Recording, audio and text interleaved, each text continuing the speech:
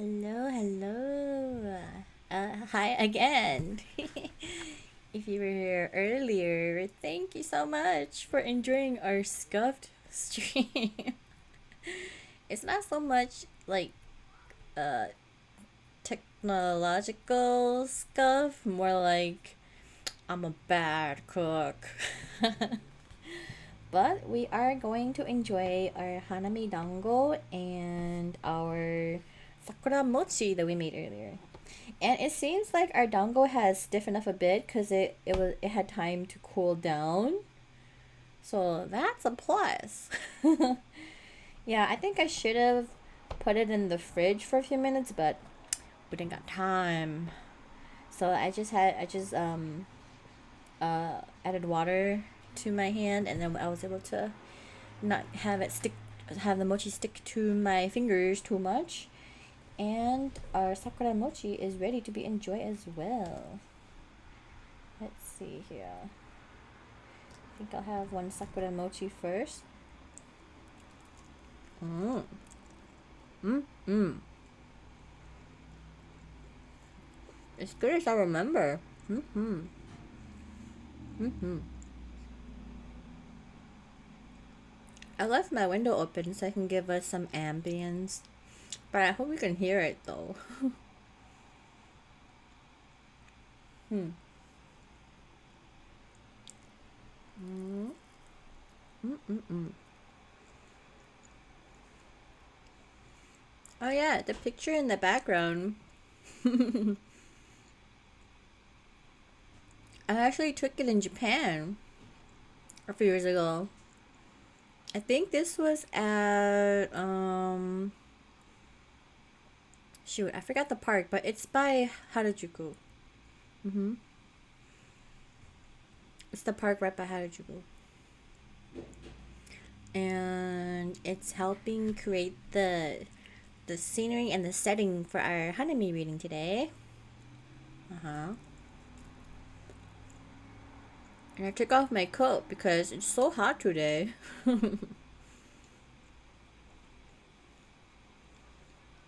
So after many cold rainy days, we finally got some warm sunny days. Yeah. Spring is here. Mm-mm-mm. Mm-mm-mm.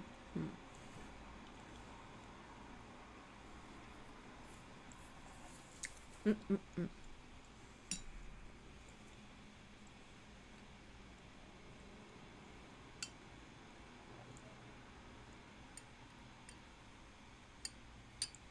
All right. Let's get started. So last time on our reading session of A Daughter of the Samurai, mm,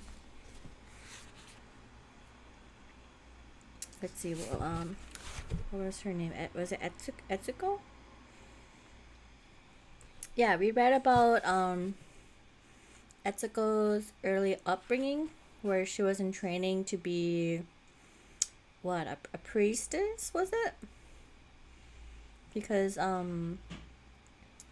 due to, what was it, superstitions, like she was born with her umbilical cord around her neck, so that was a superstition that she was destined to become a priestess.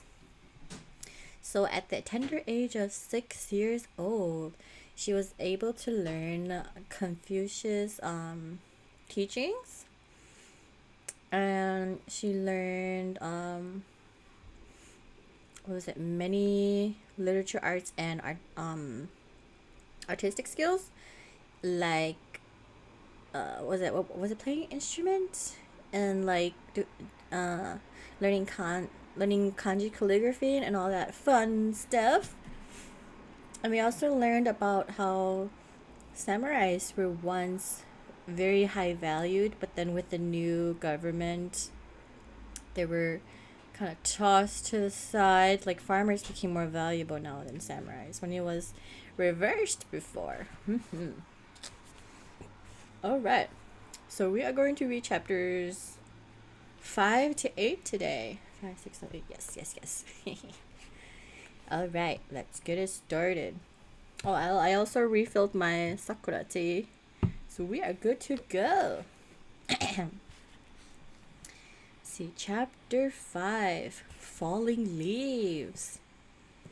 The day before Nagaoka's last castle sinking celebration, Kin took me to walk along the edge of the old castle moat.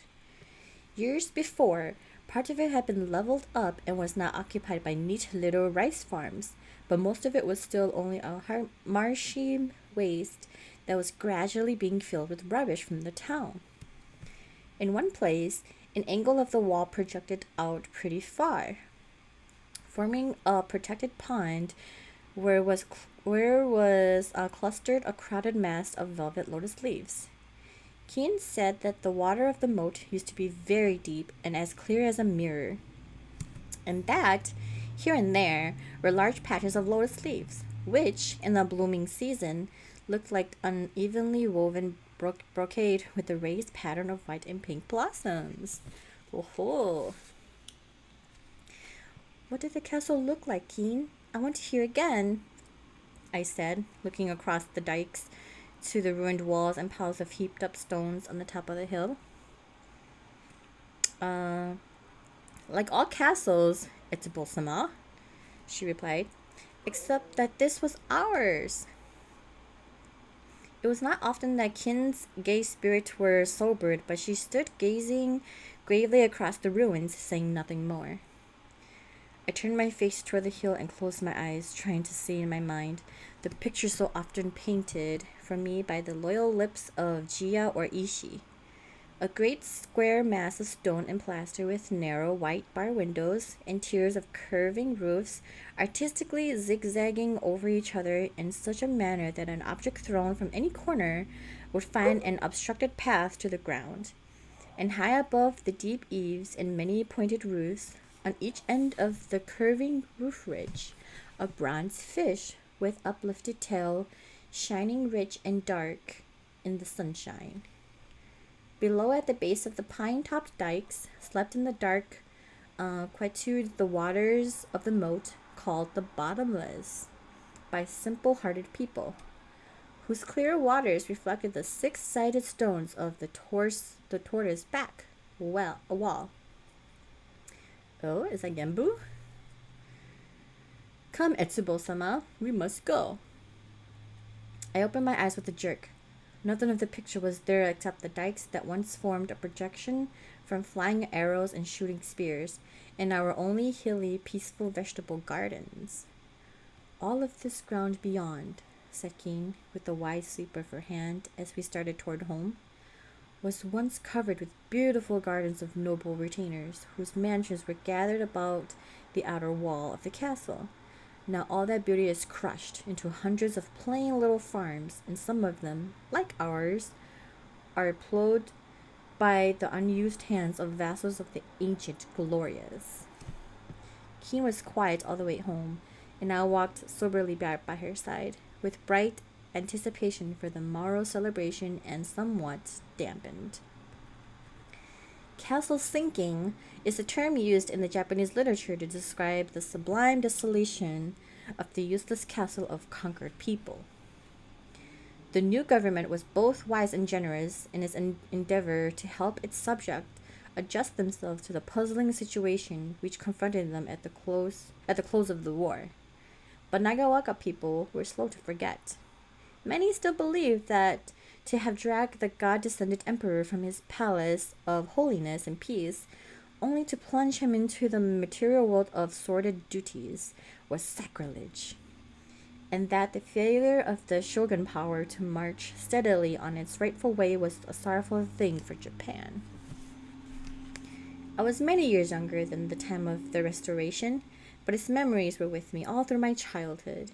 For I was born not so long after those years of desolation and bitterness, but that every day talk of the town was the awful days that had left so many homes without a master.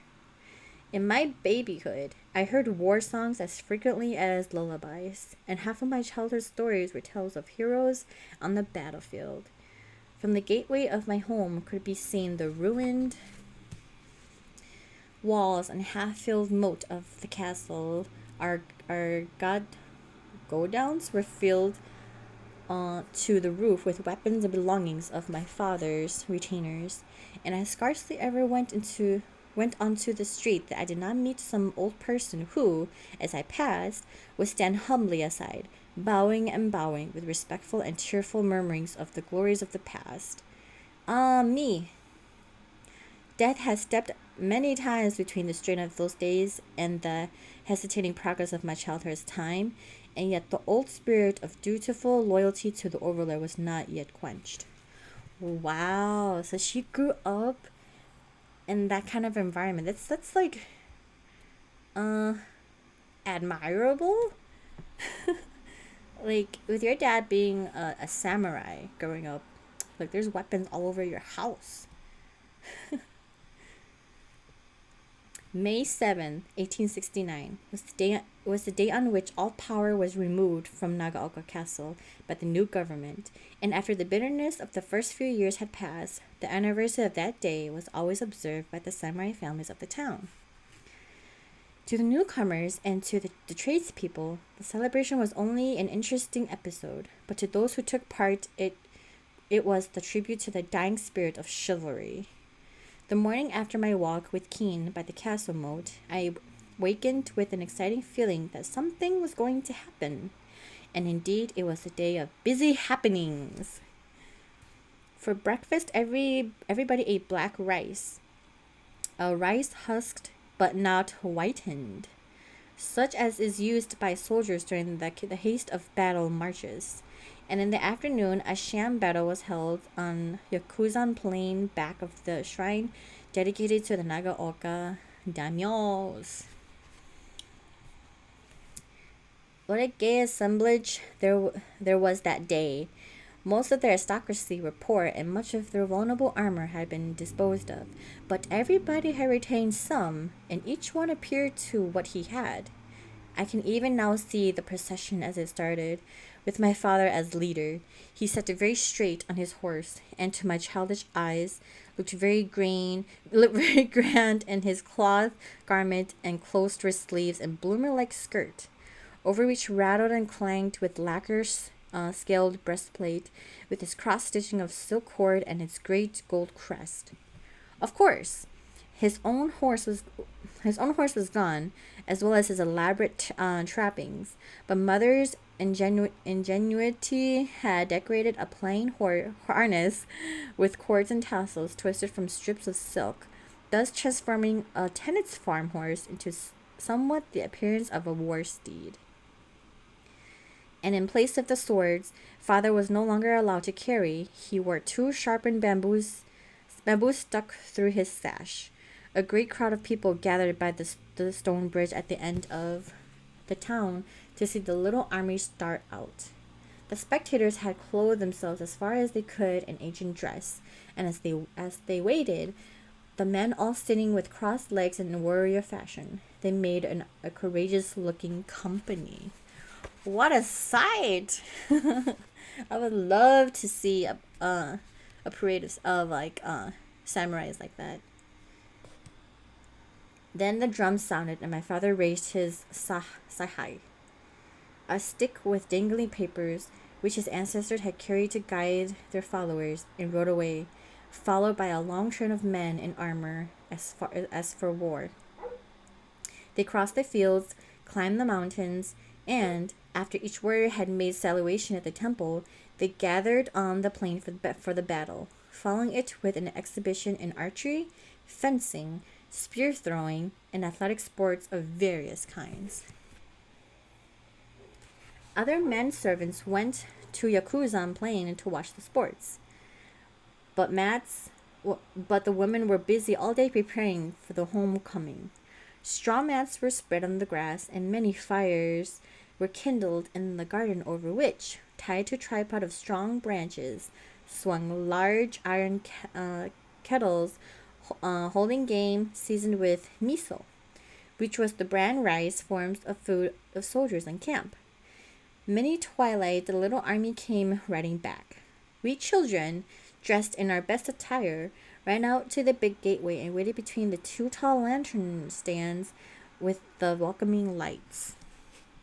When father saw us, he opened his iron war fan and swung it back and forth, as one would have waved a handkerchief in greeting, and we bowed and bowed in reply.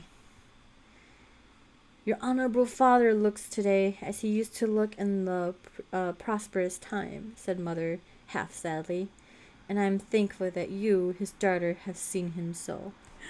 Aww. The men piled their heavy regalia in the corner of the garden and sat around the kettles, eating and laughing with the freedom of camp life. Father did not change his clothes except to throw back his war hat where he hung it by its silk cord. Encasing him, front and back, in two inagaki crests, thus boldly identifying myself to both friends and enemies, he said, laughing. Then, sitting on high garden stone, he told war stories to us children, as we crowded close to each other, on straw mats before him. That was our last celebration in memory of the castle's sinking of Nagaoka. On the next, May 7th, the plain was flooded from drenching downpour, and the year following, father was in ill health. The men did not care for the sports without their old lord as leader, so the celebration was postponed to the day that never came. Hold on, I'm gonna turn on my lights.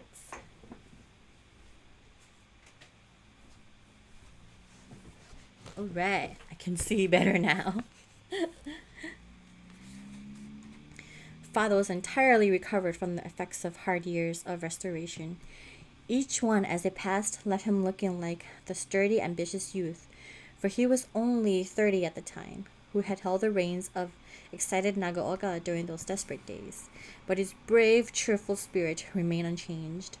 Even through the first erratic years of Japan's struggle to gain foothold in the New World, when people were recklessly throwing off the old and madly reaching out for the new, father had gone on his way, calm and unexcited. He held, with the most progressive men of his day, a strong belief in the ultimate success of Japan's future. But in this he received little sympathy. He also retained a deep reverence for the past. Father, however, was much liked, and he generally could not turn aside undesirable comments or lengthy arguments by the aid of a keen sense of humor, which had a way of breaking through his stateliness and dignity like a gleam of unexpected sunshine. And so, without title or power, he held, as of old, his place as leader. Oh. All this talk about letting go of the old and in with the new really reminds me of that Ghibli movie. What was it? House on Poppy Hill? Yeah. Reminded me of that. One autumn day, father's physician, who was a very progressive man and as much friend as physician, suggested that father should go to Tokyo and consult some doctors of new hospital renowned for successful use of Western methods. Father decided to go, and of course, he took Gia with him. With father and Gia both gone, I was desolate. I still feel the heart pull of those lonely days. Sister was preparing for her marriage, which was to take place in the fall, and her time was taken up with many things. I don't know what I should have done, but for my good Shido, who was equally lonely with me. Shido really belonged to me, but of course I never called him mine, for it was considered rough and uncourse. I never called him and unladylike for a girl to own a dog. But I was allowed to play with him, and every day as soon as my lessons were over, we would wander around together. One day, we had visited the archery ground and were on the long walk where father liked to trudge up and down for exercise. When suddenly, Shiro galloped away from me toward a little house just within the gateway, where Gia lived alone. Gia's wife had died before I could remember, but he was a capable housekeeper, and any afternoon during the summer that I might go to his neat porch, I would find a square lacquer box holding the most delicious things that a little girl could possibly want to eat between meals, a sweet potato baked in ashes and sprinkled with salt, or some big brown chestnuts baked until their jackets had burst, disclosing the creamy richness of the dainty that was waiting for my fingers. I hurried after Shiro and found him pushed close against the porch, his tail wagging and his nose eagerly sniffing the corner where the lacquer box used to stand. "Oh no, Shiro," I mournfully said. "The lacquer box is gone. Gia is gone. Everybody is gone." I sat down on the edge of the porch and Shiro snuggled his cold nose into my long sleeve. We were two as disconsolate creatures as could be found, and as I buried my hand in his rough white fur, I had to struggle hard to remember that a samurai's daughter does not cry. Oh, loneliness. Suddenly, I recall the saying, "Too unreasonably relaxed is cowardness." I bounded up. I talked to Shiro. I played with him. I even ran races with him in the garden. When at last I remembered to the house, I had reason to suspect that the family felt disapproval of my wild conduct. But because I was all dearness to my father, I escaped reproof for his sake. Everyone had a tender heart in those days, for the heaviness of dread was upon us all. One day, Shiro fell sick. Oh no! And would eat nothing I put in his bowl. I had a childish feeling that he would get well, but that day happened to be the death anniversary of an ancestor, and was therefore a day of fasting. We had only vegetables for dinner, and so there was no good scraps for Shiro. As always, when in trouble, I went to Ishi. She knew we ought not to handle fish on a fast day, but she pitied my anxiety and smuggled me some fish bones from somewhere. I took them to a distant part of the garden and crushed them between two flat stones. Then I mixed them with bean soup from the kitchen and took them to the kindling shed where Shiro was lying on his straw mat. Poor Shiro looked grateful, but he would not get up, and thinking that perhaps he was cold, I ran to my room and brought my crepe cushion to cover him. When this became known to my grandmother, she sent for me to come to her room. The moment I lifted my face after bowing, I knew this was not one of those times when I was to be entertained with sweet bean cake. "Little Etsuko," she said. She always called me Etsuko when she spoke sternly. "I must speak to you of something very important. I am told that you wrapped Shiro with your silk cushion." Startled at her tone, I meekly bowed. "Do you not know," she went on, "that you are guilty of the utmost unkindness to Shiro when you do inappropriate things for him?" I must have looked shocked and puzzled, for she spoke very gently after that, explaining that since white dogs belong to the order next lower than that of human beings, my kindness might postpone for another lifetime Shiro's being born in human shape. According to transmigration belief, the boundary line between the orders of creation must be strictly maintained. If we place an animal above its proper position, we may prevent its advance in the next incarnation. Every devout Buddhist is absolutely submissive to fate, for he is taught that hardship in his present life is either the atonement for sins committed in the last existence, or the education necessary to prepare him for a higher place in the life to come. This belief has held Japan's laboring class in cheerful resignation throughout ages of hardship, but also it has taught us to look with such indifference upon sufferings of creatures below us in the order of creation that we have become, as a nation, almost sympathy blind. As quickly as possible to be polite, I thanked my grandmother and hurried to beg Shiro's pardon. I found him covered very comfortably with the matting of soft rice straw suitable to his station. Out in the garden, two coolies were engaged in burning the crepe cushion. Their faces were very grave. Poor Shiro! He had the best care we could give him, but the next morning his body was asleep under the straw matting and his spirit had passed on the next state, which I pray was not lowered because of my kindly meant mistake. He was buried in the sunniest corner of the garden beneath a big chestnut tree, where many an autumn morning he and I had happily tossed and caught the fallen brown nuts. It would never have done for Shiro's grave to be publicly marked, but over it, my father quietly placed, on his return, a small gravestone in memory of his little girl's most faithful vassal. Alas, before the chestnuts birds were spilling their brown nuts over Shiro's grave, my dear father had been laid to rest in the family burial ground at Chokoji, and one more tablet had been placed in the gilded shrine, before which every morning and evening we bowed in love and reverence. Oh no, she lost her doggy and her father. Well, that's the end of chapter 5, so we'll take a break. I'm gonna eat a HANAMI dango this time. The pink one first. Oh.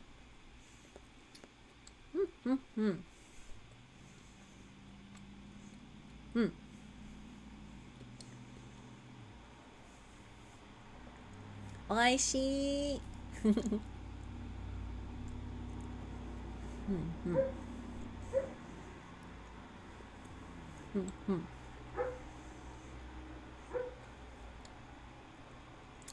Always remember to chew your mochi thoroughly.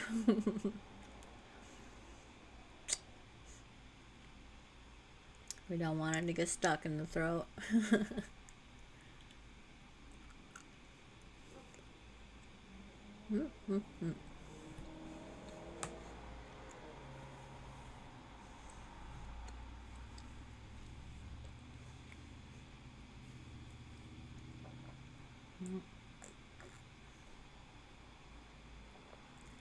Sakura.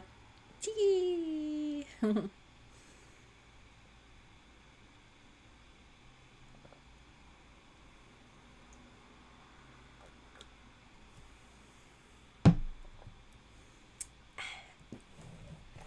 Whoa. Okay. Chapter 6. A Sunny New Year. Hold on. Some mochi stuck in my tooth.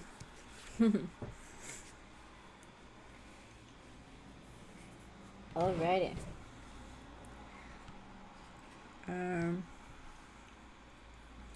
Ours was a lonely house the winter after father's death. The first 49 days when the soul hovers near the eaves was not sad to me, for the constantly burning candles and curling incense of the shrine made me feel that father was near. And 2, everyone was lovingly busy doing things in the name of the dear one.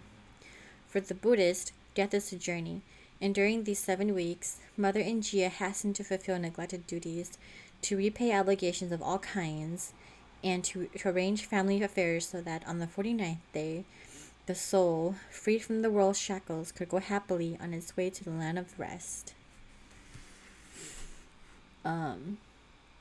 But when the excitement of the busy days was over, and expecting at the time of daily service, the shrine was dark. Then came loneliness. In a childish, literal way, I thought of father as a trudging along a pleasant road. With many other pilgrims, all wearing the white robes covered with priestly writings and pilgrim hats and straw sandals in which they were buried. And he was getting farther and farther from me every day.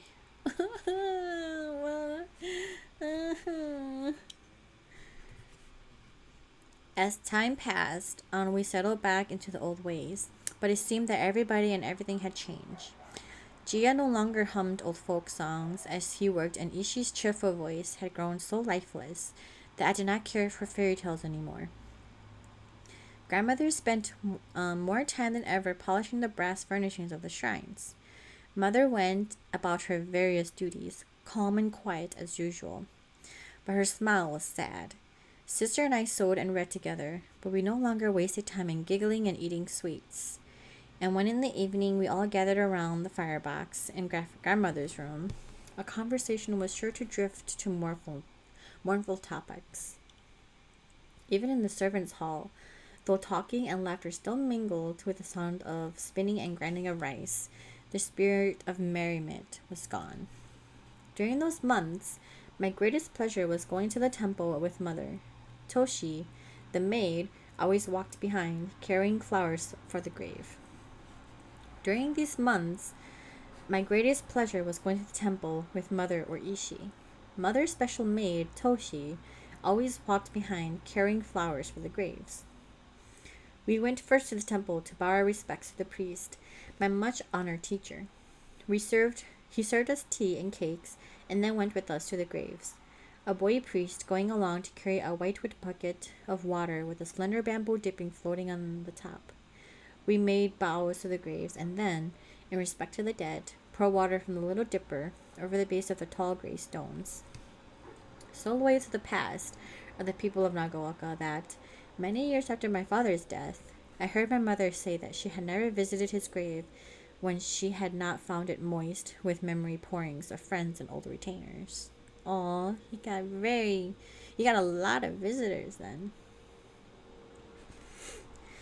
On February 15th, the Enter into Peace celebration of Buddha's death, I went to the temple with Toshi, carrying as a gift to the priest a lacquer box of little dumplings. They were made in the shape of all the animals in the world to represent the mourners of Buddha's deathbed, where all living creatures were present except the cat. The cat. The good old priest, after expressing his thanks, took a pair of chopsticks and, lifting several dumplings onto a plate, placed it for a few minutes in the front of the shrine before putting it away for his luncheon. That day, he told me with deep feeling that he must say farewell, since he was soon to go away from Chokoji forever. I could not understand, then, why he should leave the temple where he had been so long and which he so dearly loved. But afterward, I learned that, devout and faithful though he was to all the temple forms, his brain had advanced beyond his faith, and he had joined the army of the few, who choose poverty and scorn for the sake of what they believe to be truth. Ho? One evening, after a heavy snowfall, Grandmother and I were sitting cozily together by the firebox in her room. I was making a hemp thread ball from a mosquito net that was to be woven as part of my sister's wedding dowry, and Grandmother was showing me how to put my fingers deftly through the fuzzy hemp. "Honorable Grandmother," I exclaimed, suddenly recalling something I wanted to say, "I forgot to tell you that we are going to have a snow fight at school tomorrow. Hana-san is chosen to be leader on one side, and I on the other. We are to..." I was so interested that again I lost my thread and it matted. I gave it a quick jerk, and once found myself in a sad trouble. "Wait!" said Grandmother, reaching out to help me. "You should sing the hemp winding song." As she straightened my tangled thread, her quivery old voice sang, "Watch your hand as it winds hemp thread. If it mats, with patience wait. For a thoughtless move or a hasty pull makes smaller tangles great. Don't forget again," she added, handing back the untangled bunch of hemp. "I was thinking about the snow fight," I said unapologetically. Grandmother looks disapproving. "Etsubo," she said, "your eldest sister, before she was married, made enough hemp thread for both the mosquito nets for her destined home. You have now entered your 11th year and should aim to be more maidenlike in your tastes." "Yes, Honorable Grandmother," I replied, feeling with humiliation how true her words were. "This winter, I will wind plenty of hemp thread. I will make many balls, so Ishi can weave the 2 nets for sister's dowry before New Year's." "There's no need for such haste," Grandmother replied, smiling at eagerness, but speaking gravely. "Our days of sorrow must not influence your sister's fate. Her marriage had been postponed until the good luck season, which the rice fields bow with their burden." I had noticed that fewer shopmen had been coming to the house, and I had missed the frequent visits of tall Mr. Nagai and his brisk, talkative little wife, the go-between couple for my sister. So that was what it meant. Our unknown bridegroom would have to wait until autumn for his bride. Sister did not care.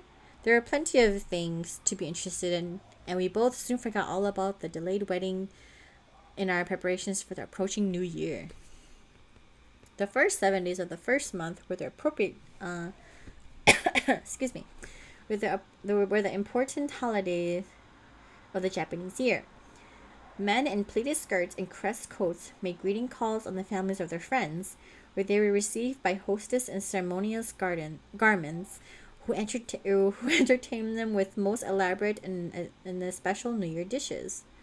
Little boys held exciting battles in the sky, with wonderful painted kites having knives fastened to their pulling cords. Girls in new sashes tossed gay, feathery shuttlecocks back and forth or played poem cards with their brothers and brothers' friends. In the only social gatherings of the year where boys and girls met together. Even babies had a part in this holiday time, for which we one had another birthday on New Year's Day. Thus, suddenly being ushered into its second year before the first had scarcely begun. Our family festivities that year were few, but our sorrow was not allowed to darken too much the atmosphere of New Year. And for the first time since father's death, we heard sounds of merriment in the kitchen. With the hot smell of steaming rice and the tong click, tongu click of mochi pounding were mingled the voices of Gia and Ishi in the old song, The Mouse in the House of Plenty, which always accompanied the making of the oldest food of Japan, the rice dough called mochi. Aha! I knew we should have made mochi today for a reason. And I even spoke about the New Year mochi when I was pounding the sticky rice for the sakura mochi earlier. We are the messengers of good luck, God, the merry messengers. We're 100 years old, yet never have heard the fearful cry of cat. For we're the messengers of the good luck, God, the merry messengers. About 2 days before New Year, Ishi came into the kitchen looking for me. I was sitting on a mat with Taki, who was here to help for New Year time, and we were picking out round beans from a pile in the low flat basket. They were the stones of health, with which the demons of evil were to be pelted and chased away on New Year's Eve. Gia, in ceremonious dress, would scatter them through the house, closely followed by Taki, Ishi, and Toshi, with sister and Etsubo running after, all vigorously sweeping, pushing, tossing, and throwing, while the rolling beans went flying across the porches into the garden or onto the walks.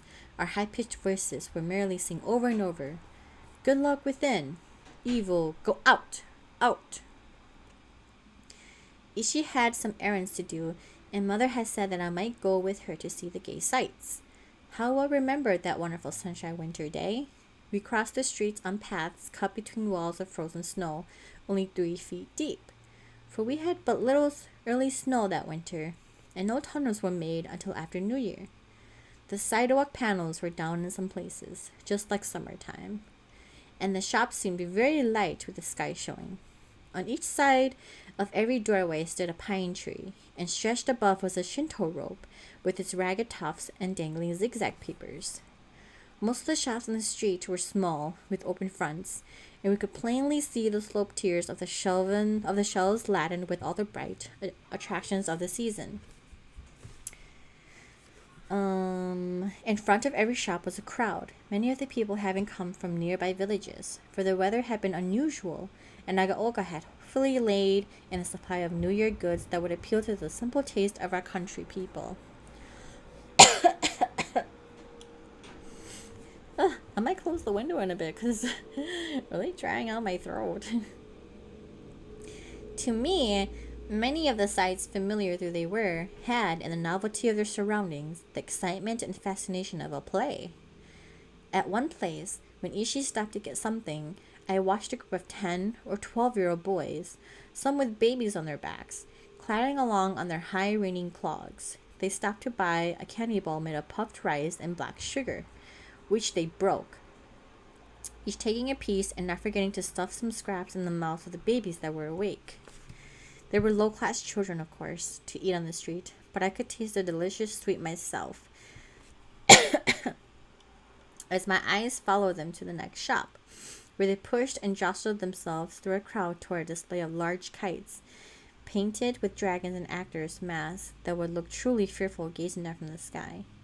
In some places, young girls were gathered about shops whose shelves held rows of wooden clogs with bright-colored toe thongs, or where, beneath low eaves, swung low straw cones stuck full of New Year hairpins, gay with pine leaves and plum blossoms. There were, of course, many shops which sold painted battledores and long split sticks holding rows of 5 or 10 feathery shuttlecocks of all colors. The biggest crowds of all were in front of these shops, for nobody was too poor or too busy to play hane on New Year's days. That was a wonderful walk, and I've always been glad I took it, for it was the only time I remembered of my childhood where we had sunshiny streets at New Year time. Notwithstanding our quiet house, the first 3 days of the New Year, Mother was pretty busy receiving calls from our men kinsfolk and family friends. They were entertained with every vegetable soup and miso stuffed salmon, fried bean curd, seaweed of certain kind, and frozen gelatin. Mochi, as a matter of course, was in everything, for mochi meant happy congratulations. It was indispensable to every house during New Year holidays. With the food was served with rice wine and toso sake, which was rarely used except in certain natal occasions at New Year's time. Toso means fountain of youth, and its significance is that with the new year, a new life begins. The following days were more informal. Old retainers and old servants called to pay respect, and always, on one day during the season, Mother entertained all of the servants of the house. They would gather in the large living room, dressed in their best clothes. Then little lacquer tables with our dishes, laden with New Year dainties, were brought in and the rice served by sister and myself. Even Mother helped.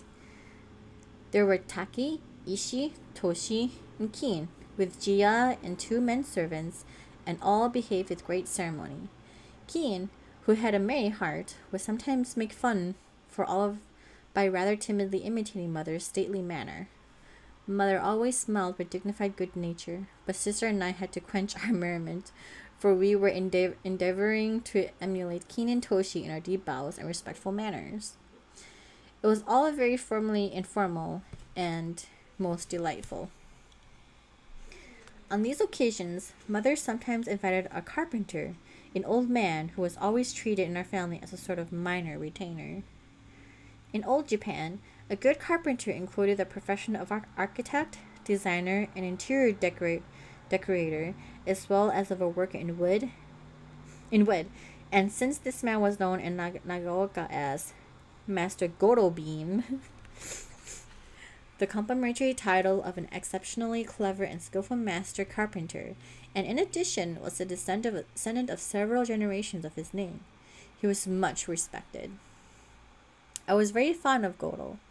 He had won my heart by making for me a beautiful little dollhouse with a ladder-like stairway. It was my heart's pride during all of the paper doll years of my life.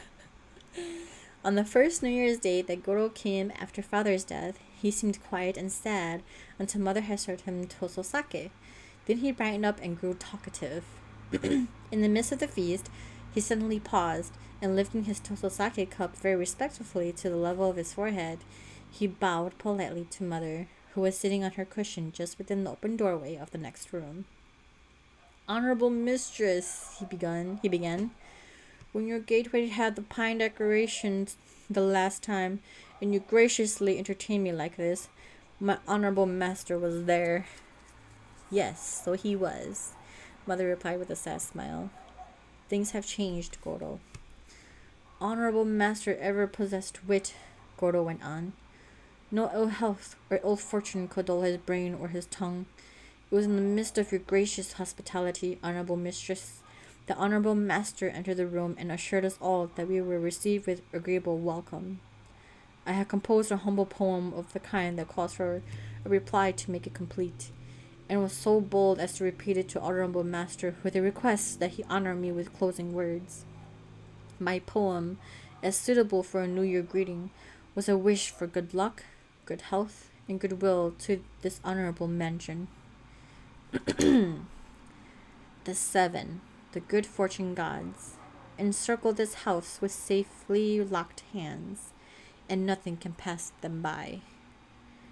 Then, honorable master, said Goro deeply bowed, with the wrinkle of fun on his lips and the twinkle of fun in his eyes, replied as quickly as a flash of light, Alas and alas! Then from this house the god of poverty can never escape, but must always stay within.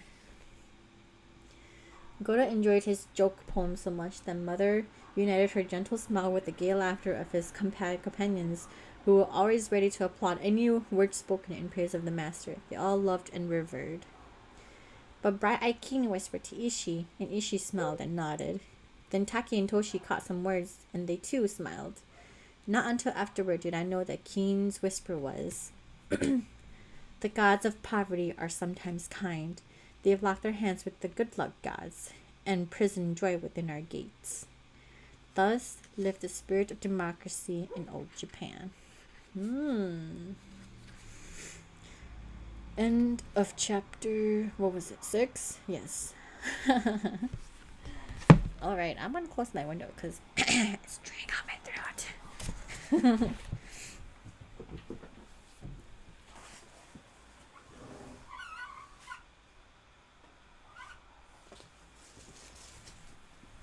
Okay, I left just a crack open so you can get a little breeze in. Drink some tea. Okay, I will enjoy one sakura mochi.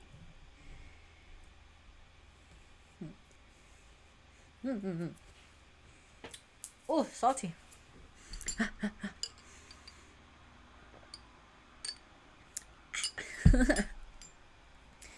I ate one of the pickled sakura that was on top of the sakura mochi.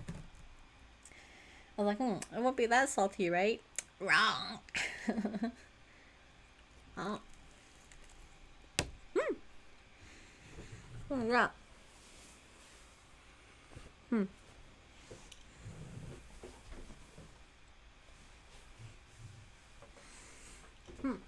I don't see it anymore.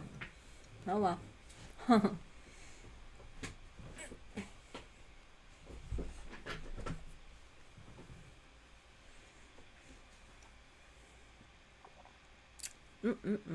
Guess this is my dinner now.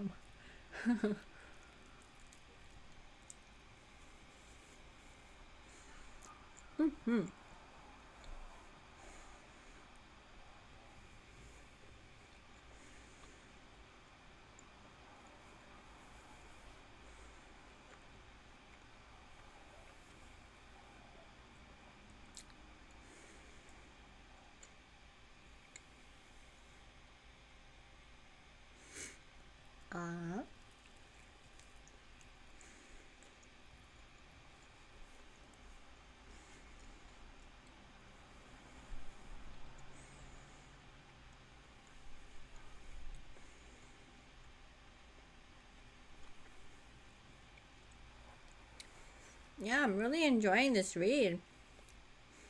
It's so fun to read about all these old traditions. I'm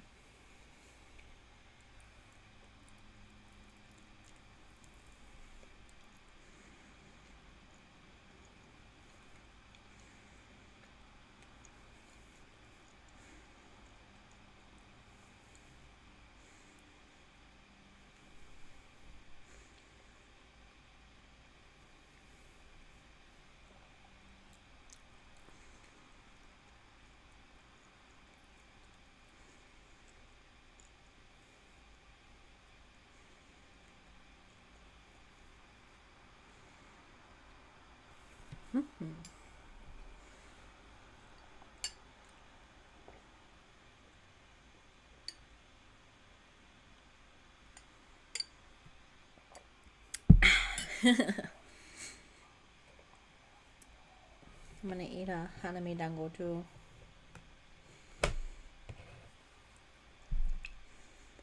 I was able to get some more cleaning done between the stream earlier and this one.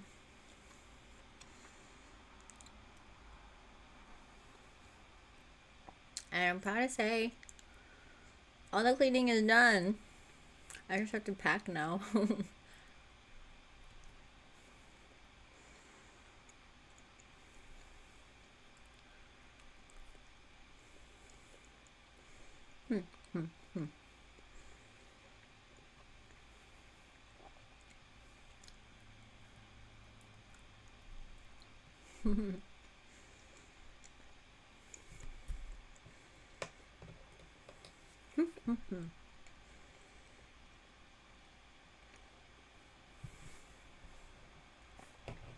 think I'm full now. So next break I might just drink water.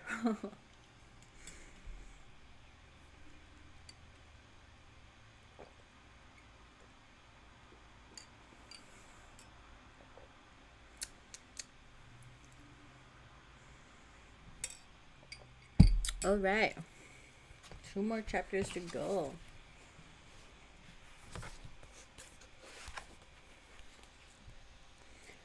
Let's see. Okay.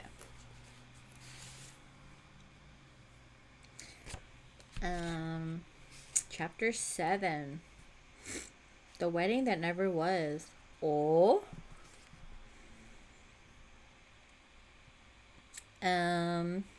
The pleasant days of New Year barely lasted through the holidays. We usually left the mochi cakes on the tokonoma until the 15th, but it was everywhere the custom to remove the pines from the gateways on the mornings of the 8th day. There was a tradition, which nobody believed, however, that during the 7th night, the trees sink into the earth, leaving only the tips visible above the ground. Excuse me.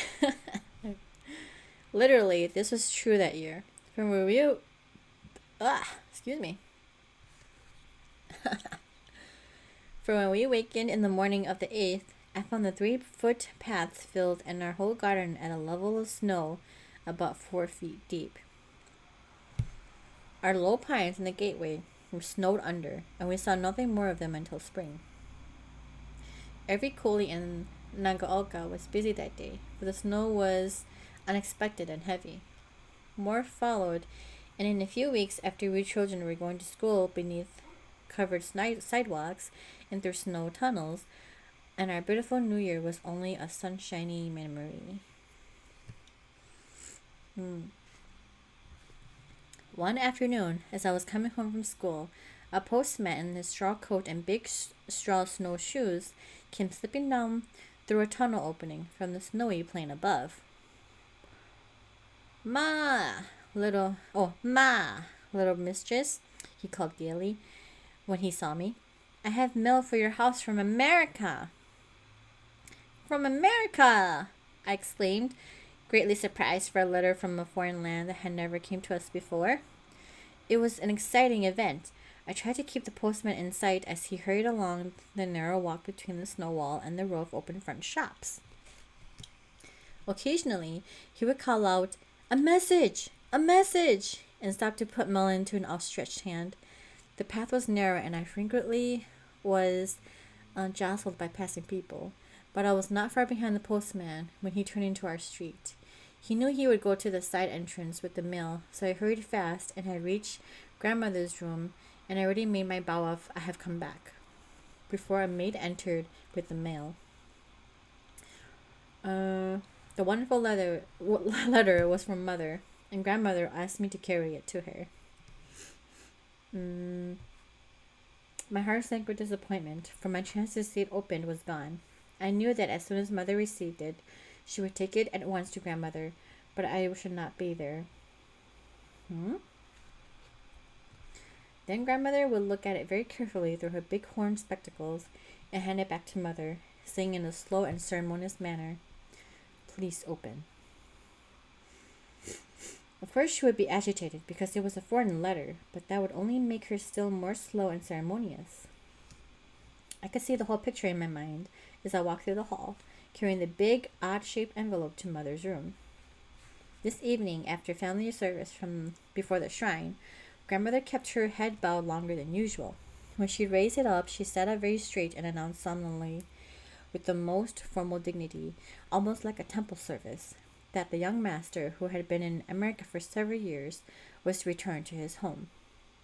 This was startling news, for my brother had been gone almost since I could remember, and his name was never mentioned. To call him the young master was sufficient explanation that the unknown tragedy was past, and he reinstated in his position as a son. The servants sitting in the rear of the room bowed to the floor in silent congratulation, but they seemed to be struggling with suppressed excitement. I did not stop to wonder why. It was enough for me to know that my brother was coming home. I could scarcely hold the joy in my heart. I must have been very young when my brother went away, for though I could distinctly recall the day he left, all memory of what went before or came immediately after was dim. I remember a sunny morning when our house was decorated with wondrous beauty, and the servants all were ceremonial dressed with inagaki crest. It was the day of my brother's marriage. In the tokonoma of our best room was one of our treasures, a triple roll picture of pine, bamboo, and plum, painted by an ancient artist. On the platform beneath was the beautiful tagasoga table, where the white-haired old couple with rake and broom were gathering pine needles on the floor. Other emblems of happy married life were everywhere, for each gift, and there was whole rooms full, was decorated with small figures of snowy storks, of golden brown tortoise, or beautiful sprays of entwined pine, bamboo, and plum. Two new rooms, which had been recently built, were full of beautiful lacquer toilet cases and a whitewood chest with iron clasps. They had come the day before in possession of immense tray swinging from poles on the shoulder of coolies. Each was covered with the cloth bearing a crest not ours. Ishi and I wandered from room to room, she explaining that the bride for the young master would soon be there. She allowed me one peep in the wedding room. It was it was all white and plain and empty, except for the offerings to the gods on the tokonoma and the little table with the 3 red cups for sacred promise. Ishi was continually running to look out toward the big entrance gate, and of course, whenever she went, I was close by, holding to her sleeve. The whole house was open. The sliding door of every room were pushed back, and we could see clear to the big open gateway at the end of the stone walk.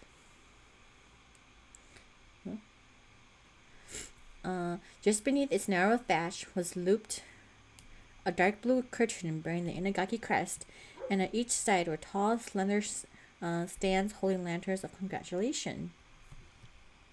Near one of the stone posts was the 7.5 times messenger in his stiff-sleeved garment. He had returned from his 7th trip to see if the bridal procession was coming, and though the day was bright and sunshine, was just lighting his big lantern for his last trip to meet it halfway, thus showing our eagerness to welcome the coming bride. Presently, Ishi said that the procession was almost here, and I saw the servants hurrying towards the entrance, all smiling, but moving with such respectful quiet that I could hear plainly the creaking of the bride's palanquin and the soft thud of jinrikisha men's feet as they came up the hill. Oh, there's like a lot of phlegm in my throat, sorry. Then suddenly, something was wrong. Ishi caught my shoulder and pulled me back, and brother came hurriedly out of father's room. He passed us with long swinging strides, never looking at me at all, and stepping into his shoes on the garden step. He walked rapidly towards the side entrance. I had never seen him after that day. The maiden my brother was to have married did not return to her former home. Having left it to become a bride, she was legally no longer a member of her father's family. This unusual problem mother solved by inviting her to remain in her home as a daughter, which she did until finally mother arranged a good marriage for her. In a childish way, I wondered about all those strangeness, but years had passed before I connected it with the sudden going away at this time of graceful little maid named Tama, who used to arrange flowers and perform her light duties. Her merry laugh and ready tongue made her a favorite with the entire household. Tama was not a servant. In those days, it was the custom for daughters of wealthy tradesmen to be sent to live for a short time in a house of rank, that the maiden might learn the strict etiquette of a samurai home life. This position was far from menial. A girl living with a family for a social education was always treated with respectful consideration. The morning after my brother went away, I was going, as usual, to pay my morning greetings to my father when I met Tama coming from his door, looking pale and startled. She bowed good morning to me and then passed quietly on. That afternoon, I missed her, and Ishi told me that she had gone home. What's going on? Whatever may have been between my brother and Tama, I never knew, but I cannot but feel that guilt or innocence there was somewhere a trace of courage. My brother was weak, of course, to prolong his heart struggle until almost the last moment, but he must have had much of his father's strong character to enable him, even then, to break with the traditions of his rigid training and defy his father's command. And that day, there could be only a hopeless ending to such an affair, for no marriage was legal without the consent of parents, and my father, with heart wounded and pride shamed, he declared that he had no son. It was not until several years later that I heard again of my brother. One afternoon, father was showing me some twisting tricks with the string. He was kneeling close beside his cushion, watching his rapidly moving hands and trying to catch his fingers in my own. Mother was sitting near with her sewing, and all three of us were laughing. A maid came to the door to say that Major Sato, a Tokyo gentleman, whom my father knew very well, had called. I slipped back to my mother. She started to leave the room, but father mentioned her not to go, and so we both remained. I shall never forget that scene. Major Sato, speaking with great earnestness, told how my brother had gone to Tokyo and entered the army college. With only his own efforts, he had completed the course with honor and was now a lieutenant. Major Sato paused. My father sat very still with his head held high and obviously no expression on his stern face. For a full minute, the room was so silent that I could hear myself breathe. Then my father, still without moving, asked quietly, "Is your message delivered, Mr. Sato, or Major Sato?" "It is finished," was the reply. "Your interest is appreciated, Major Sato. This is my answer. I have daughters, but no son." Bam! Mother's had sat perfectly quiet throughout, with her head bowed and her hands tightly clasped at her lap. Where father spoke, she gave a little shudder but did not move. Presently, father turned toward her. "Wife," he said very gently, "ask Ishi to bring the go board and send wine to the honorable guest." Whatever was in the heart of either man, they calmly played the game to the end, and mother and I sat there in a deep silence, as motionless as statues. That night, when Ishi was helping me undress, I saw tears in her eyes. "What troubles you, Ishi?" I asked. "Why do you almost cry?" She sank to her knees, burying her face in her sleeves, and for the only time in my life, I heard Ishi wail like a servant. "Oh, little mistress, she sobbed. "I am not sad. I am glad. I am thankful to the gods that I am lowly born and can cry when my heart is filled with ache and can laugh when my heart sings. Oh, my dear, dear mistress, my poor, poor master." And she still sobbed. That was all long ago, and now, after many years, my brother was coming back to his home. The snow went away, the spring passed, and summer was with us. It seemed long, long wait, but last came a day when the shrine doors were opened early in the morning, and the candles kept burning, steadily hour after hour, for grandmother wanted the presence of the ancestors in the welcome to the wanderer, and as the trip from Tokyo was jinrikisha and kago in those days, the time of arrival was very uncertain. But at last the call, "Honorable return," at the gateway brought everyone except grandmother to the entrance. We all bowed our faces to the floor, But nevertheless, I saw a man in foreign dress jump from his jinrikisha, give a quick look around, and then walk slowly up the old stone path toward us. He stopped at one place and smiled as he pulled a tuft of little blossoms growing between the stones. He threw it away at once and came on. The greetings at the door were very short. Brother and mother bowed, he speaking gently to her, and she looking at him with with a smile that had tears closed behind it. Then he laughingly called me, the same curly-haired, round face, Etsubo.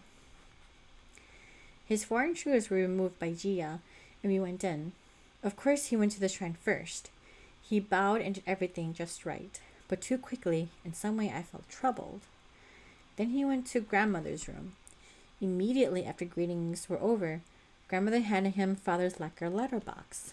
He lifted it to his forehead with formal courtesy. Then, taking out the letter, he slowly unrolled it and, with a strange expression, sat looking at the writing. I was shocked to feel that I could not know whether that look meant bitterness or amusement or hopelessness. It seemed to be a combination of all three. The message was very short. In a trembling hand was written, "You are now the head of Inagaki, my son. I trust you." That was all. That evening, a grand dinner was served in our best room. Brother sat next to the tokonoma. All the near relatives were there, and we had the kind of food brother used to like. There was a great deal of talking, but he was rather quiet, although he told us some things about America. I watched him as he talked. His strange dress with tight sleeves and his black stocking suggested kitchen people, and he sat cross-legged on his cushion. His voice was rather loud, and he had a quick way of looking from one person to another that was almost startling. I felt a little troubled and uncertain, almost disappointed, for in some puzzling way he was different from what I wanted him to be. But one thing I had loved at once. He had the same soft twinkle in his eyes when he smiled that father had. Every time I saw that, I felt that however different from father he might look or be, he really had a lovable part of father in his heart. And in spite of vague fear, I knew deep, deep down that whatever might happen in the days or years to come, I should always love him and should always be true to him. And I always have. And that is the end of chapter 7. Oh, so her brother came back. But only after her father died. Alright, a quick water break before we read our last chapter.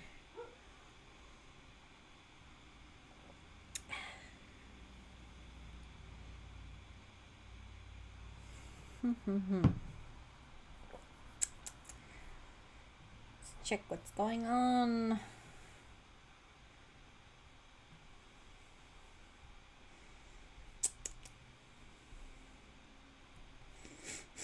Whew.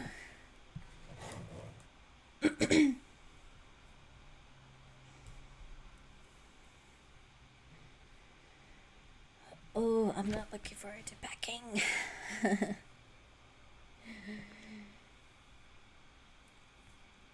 So what do you guys think? Is it worse? Is packing the worst, or is unpacking the worst? I personally think unpacking is the worst. Packing is dreadful, but at least everything is neatly tucked away. And then I hate unpacking because I have to put everything back.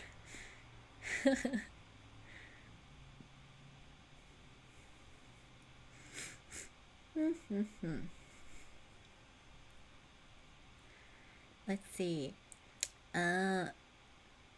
So about this photo that I mentioned that I took near the park, was it Yoyogi Park?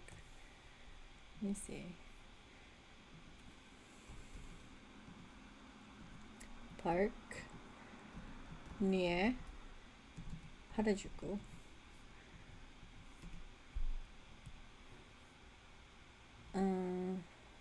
Yeah, it is Yoyogi Park. Yeah. Yeah, I took it at Yoyogi Park. Yeah, I was cutting through it to get to Harajuku, and I was ambushed by a bunch of sakura trees. So I stood there like a maniac, clicking away, taking endless sakura photos. And I thought this one was good to use for today's stream.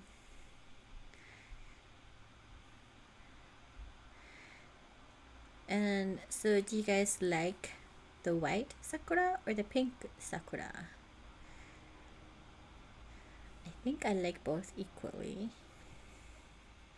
The pink one is like more iconic, but the white one it feels really pure.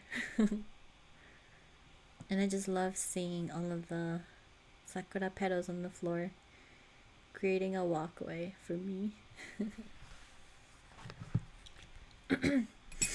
Some water and then we'll continue.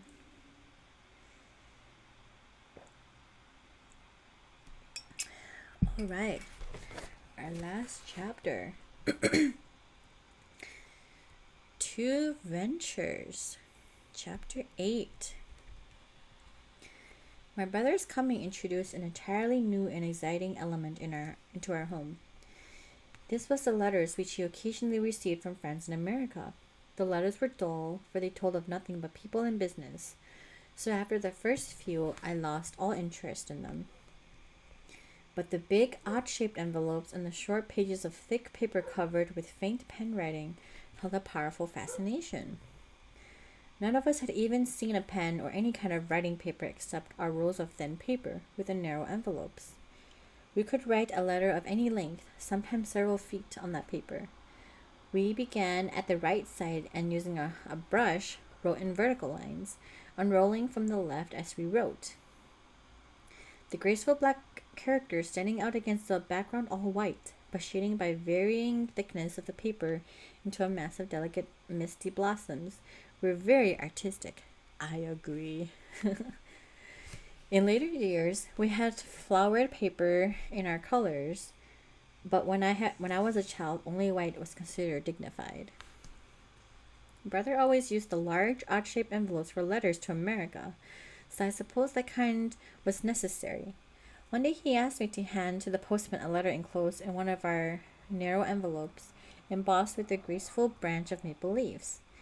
I was greatly surprised when I saw that it had an expensive stamp on the corner and was addressed to America. Honorable brother, I hesitantly asked, will government allow this letter to go? Why not? I thought only big envelopes could be used for letters to America. Nonsense, he said crossly, and then he added a kind tone. I haven't any anymore, and those I sent for to Tokyo haven't come. And so the delicate maple leaves went to America, and my girlish heart was pleased. It was the first pleasant bond between the two countries of which I had known. There was nothing indefinite in my mind against America, but I was so constantly hearing allusions to the disagreeable experiences of almost all persons who had dealings with foreigners that I had a vague feeling of distaste for the unknown land. This impression was strengthened by odd stories told by servants of red-faced, light-haired barbarians who had no heels and had to prop up their shoes with artificial blocks. Like the soles of the shoes? It was said that animals were eaten whole by these strange people, and that the master of the lordly house often entertained his guests by cutting up a cooked eagle in their presence. It was almost rumored that the cheap red blankets extensively imported at the time were dyed with blood of stolen infants. One report, which was widespread in city and country alike, was that the peculiar animal odor of foreigners was caused by the eating of flesh. This probably originated from the unfamiliar odor of wool noticed in damp clothing of foreign sailors, since we had either sheep nor woolen cloth in Japan. The unfamiliar odor was naturally associated with the person who carried the scent about with him. The name was clung, and even yet it is not uncommon for country people, inquiring in a store for woolen cloth, to ask for animal-smelling goods. Brother denied very few of these tales. I think many of them he believed, even after having lived in America. Apparently, he had met while there very few people except those engaged in buying and selling. Once grandmother said with a sigh, "Your honorable brother seems to have learned only the ways of tradesmen in faraway America. But," she added thoughtfully, "perhaps it is a land where only tradesmen live." He had been to America, but he did not realize that he had seen only one small portion of one coast city in the great land. As time passed on, brother seemed to withdraw from our family life, and yet he did not fall into the life of the people of Nagaoka. He was different from everybody. Sometimes he looked troubled and anxious, but more often he was only restless and dissatisfied. At such times, he frequently came and sat beside me as I sewed or studied, and I think he talked more freely to me than anyone else. Occasionally, though, not often, he spoke of himself, and gradually I learned much of what his life had been since he left home. His going to America was due to the craze for foreign business, which had struck Tokyo so forcefully about the time brother left the army. Many young people, confident of rapid and brilliant success, were launching out in various directions, and some introduced brother to invest all he had in what was represented to be a large export company having offices in America. He was offered a partnership if he could take charge of the business there. Like most men of his rank, he had no realization of his own ignorance of business methods, so he accepted and set sail for America. On reaching his destination, he found that he had been defrauded. The export company was only a small toy shop situated in a crowded Japanese district and kept by the wife of a workman who knew nothing of promised partnership. Astonished and disappointed, brother made his way to a nearby hotel, a pretty poor place, he said, where many Japanese men were talking and playing games. They were mostly workmen or cheap clerks of humble class with almost no education. But they were most respectful to him and thought the surroundings were uncongenial. He knew no other place to go. In a short time, he had spent all his money, and, knowing nothing of any kind of work, and almost nothing of the English language, he easily drifted downward into a life of those around him. Some men would have pushed up through the mud and found light, but my brother knew little of foreigners. He had no ambitions regarding them, and when he saw of them, where he was only repelled him. Yeah. Sometimes he left the crowded district where he lived and strolled through wide streets where there were tall buildings and big stores. There he saw foreign people, but they either paid no attention to him or looked at him as he himself would look at a coolie at home. This amused him, for to him the strange-looking men who hurried by him, talking in loud voices and smoking large, ill-smelling tobacco rolls or chewing horrible stuff that they blew out of their mouths and onto the street, were wholly disgusting. The women were queerly dressed creatures who stared and laughed with their mouths open. Nothing seemed delicate or refined, only big and strong and coarse. Everything repelled his artistic soul, so he drifted back to his uncongenial but understandable surroundings. Then fate stepped in. My brother was hurt by an accidental blow on the head, which sent him to the hospital for 3 blessed, cool, and clean weeks. The day he was dismissed and sick at heart, he was slowly walking towards the only place he knew to go, his old quarters. He turned a corner and suddenly came face to face with a young man, vigorous and brisk, walking with a quick step. The man laughed out loud as both abruptly came to a standstill. Then, seeing how pale and ill my brother looked, he turned and walked with him. However shabbily my brother might be dressed, he always had the bearing of a gentleman, and recognizing this, the young man, whose name was Matsuo, insisted on taking brother to his own room. A few days later, he found a place for him in a store where he himself was foreman, and the acquaintance thus ripened into a warm and lasting friendship. That's nice. Had this help been given when my brother first reached America, The high-bred, delicately reared youth, although overindulged and unwisely trained for practical life, might have won his puzzling way through all this strangeness. But it was now too late. That accidental blow on his head had caused damage, which, though not apparent at first, gradually developed into a trouble that unfitted him for steady work, and my poor brother was never the same again. But Matsuo was steadfastly kind. Then came a message from Major Sato in Tokyo, saying father was ill and wanted his son to return home. Of what was in my brother's heart then I knew nothing, but for many weeks he delayed his reply, and then he came.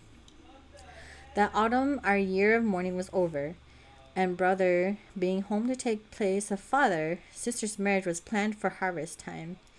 The season, however, was early.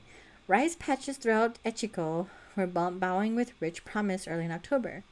But of course, nobody was ever married in the no-god month, so the first good luck day in November was chosen. It was during October that the marriage gods all met in Itsumo Temple to join the names of those who are to wed. One of the favorite stories for grandmothers and nurses to tell little girls is about a youth of old time who was so unfortunate as to have no parents or elder brother. There being no one to arrange a marriage for him, he grew to the age of 20 and was still a bachelor. One October day, he decided to visit Etsumo Temple to see if his name was coupled with any of the maiden. Woohoo! So taking with him as a gift the first rice sheaf of his harvest, he started on his long day's journey.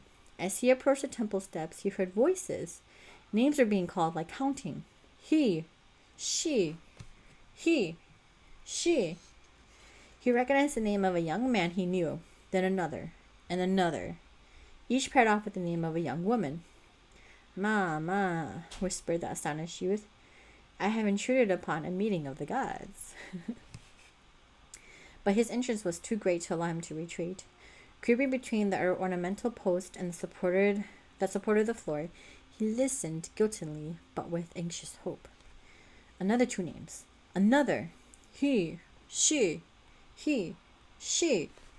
But alas, not his own. Finally, a voice of authority announced, There are planned. Our last day is almost gone, and our work for the year is ended. Wait a moment, said another voice. There's Taro. Again he has left. Cannot we find a maiden for him? The youth's hearts gave a bound, for he was Taro. Oh, troublesome, impatiently cried a god. Again comes the name. We need not haste. He has no one to arrange for him, said another. His name must go uncoupled for another year, came from a distant oak corner. There is no maiden left. Wait, spoke the first voice. In Chestnut Village, a girl has just been born in the house of the village master. The family is of a higher class, but let us give her to Taro.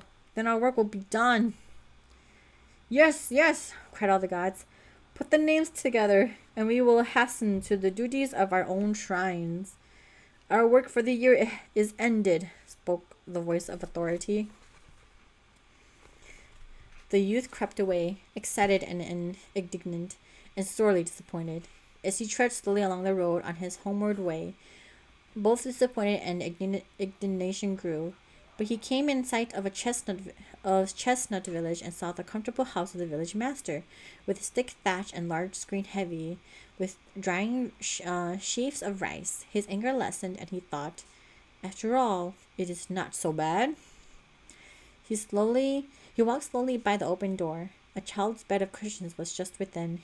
He saw a baby's face in a tiny closed shut hand. Is he trying to get with this baby? 12 years, at least, to wait, he suddenly cried. I will not have it so. I will defy the gods. Oh, the tokonoma was a sword rest holding the single sword of a humble vassal. Grasping it, he made a quick thrust through the cushions and bounding to the door, he hurried on his way. Years passed. Fate was kind, and Taro prospered, but no bride could be found. More years passed. At last, patiently accepting bachelorhood as a punishment for his defiance of the gods, he became resigned.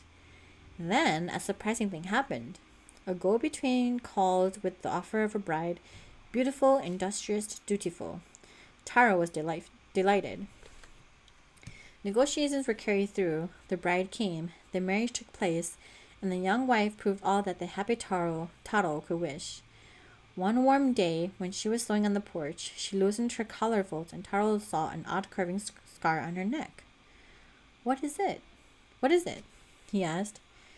That is a strange mystery, said the bride, smiling. When I was only a babe, my grandmother heard me cry, and coming found my father's sword on the floor, and I with this curving cut across my neck and shoulder. No one was near, and it was never learned how it happened. My grandmother said that I was marked by the gods for some wise purpose, and so it must be, concluded the wife as she leaned over her sewing. Taro walked thoughtfully away. Again he saw the baby face and the tiny close-shut hand, and he realized how hopeless it is to try to thwart the decree of the gods. When Ishi told us the story, she always closed with, and so you see, it is useless now to accept gratefully the will of the gods.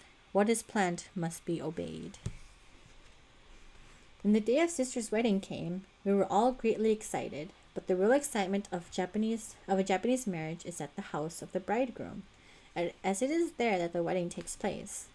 However, the ceremony of leaving home is always elaborate, and for several days our entire house was filled with the sound of people ordering and people obeying.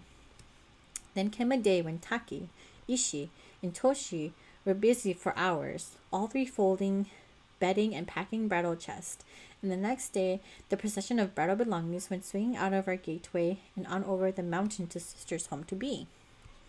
2 days later, sister went away. The hairdresser came very early that morning, for the bride's hair had to be arranged in the elaborate marriage style with wonderful ornaments of tortoiseshell and coral. Then her face and neck were covered with thick white powder, and she was dressed in a robe and a sash of white, the death color, because marriage means the bride's death to her father's family. Oh, beneath this was a garment of scarlet, the dress of a newborn babe, typical of her birth into her husband's family.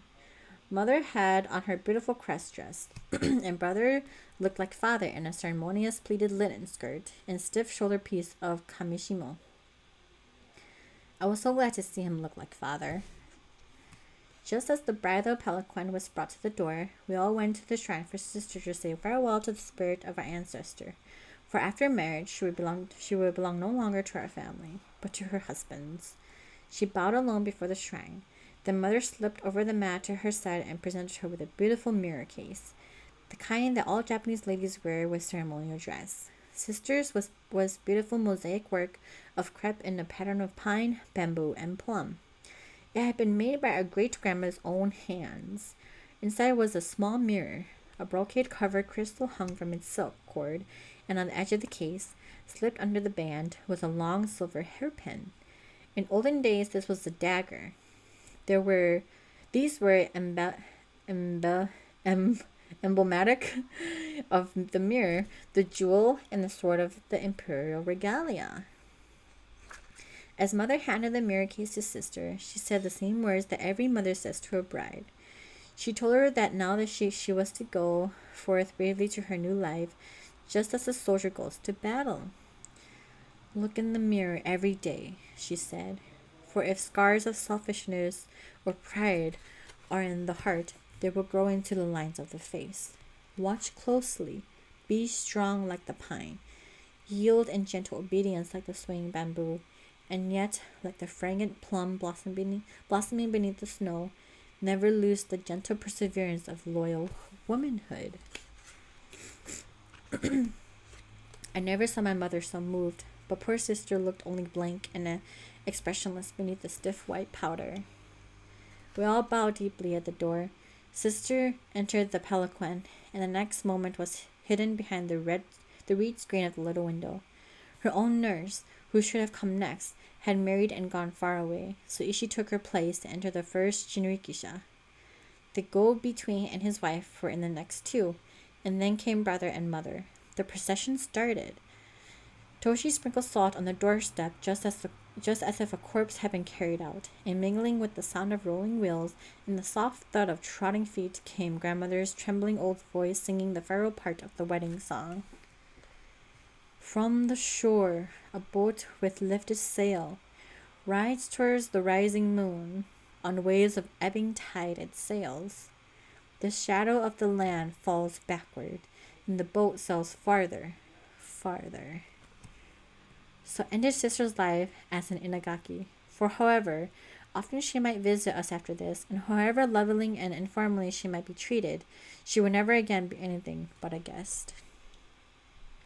Long afterward, sister told me of her trip to her new home. It was only a few hours long, but she had to go over a mountain, and the palanquin jolted fearfully. She said her greatest anxiety was to keep her head, laden with the heavy shell bars, from bumping against the cushions and disarranging her elaborately dressed hair. Finally, the carriers were trotted along even on a smooth road. Then they came to a stop, and Ishi pushed up the red screen of the window. "Young mistress," she said, "we have reached the halting place where we are to rest before presenting ourselves to the house of the honorable bridegroom." Mother and Ishi helped sister out, and they all went into a good-sized but simple farmhouse. They were received most graciously by their hostess, who was a distant relative of the bridegroom's family. There they had dinner, each person being served with red rice and a small fish, head and all, meaning congratulation.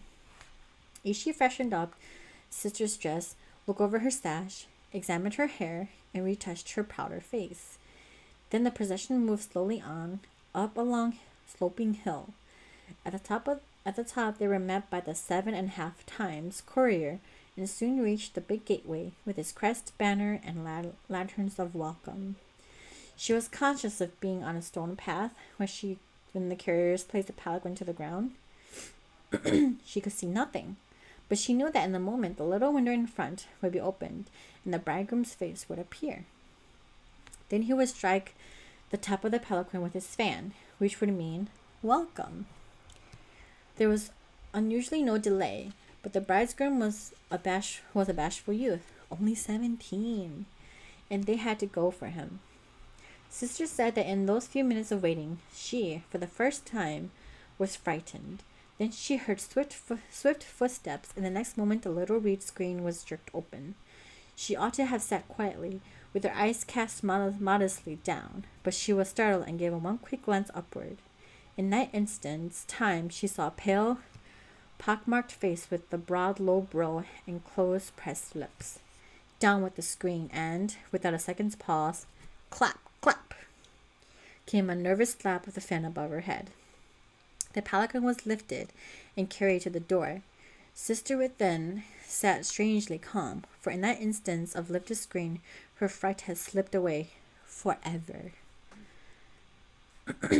The door was reached, the palanquin was lowered to the ground, sister was helped out, and as she entered her life home, 2 old voices completed the wedding song with the words of welcome. On the sea, a boat with lifted sail rides toward the rising moon. On the waves of the flowing tide it comes. The shadow of the past lies far behind, and the boat sails nearer, nearer, to the shore called Happy Life. End of chapter 8. Woohoo!